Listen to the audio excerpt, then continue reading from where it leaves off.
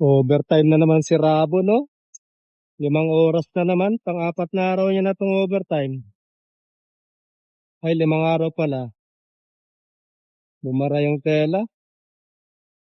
Hihila nila. Rabon. Kunol. Kupigi. 아니야, 오빠 딸. Kupigi eh. Majima. Ha? Kupigi mare na.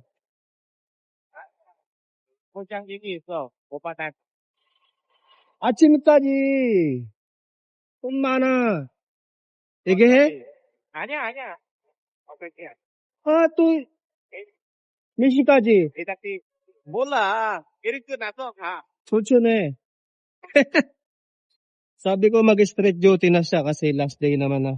Nagpasok na ang Sabado mga lodi. Yung guard nagbibigay na naman ng ramyon yan. Rasyon. Last day mga lodi. Ramyon isa. Ayan yung ramyon Rasyon sa gabi. Kunin natin yung kaparte natin. Last day bukas mga lodi. Waiting lang ako ng gagawin. Kaso naka-standby lang din sila kaya wala rin akong gawa. Yan Paupo lang si tatay doon. Sarap. Ito yung maganda sa pwesto ko. Waiting lang ng gagawin. Meron akong isa. Ayun Meron akong isa.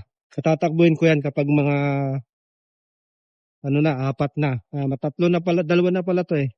Pag 4 na yan, patatakbuhin ko na yung makina ko. For the meantime, pahipahinga muna ako dito sa pwesto ko.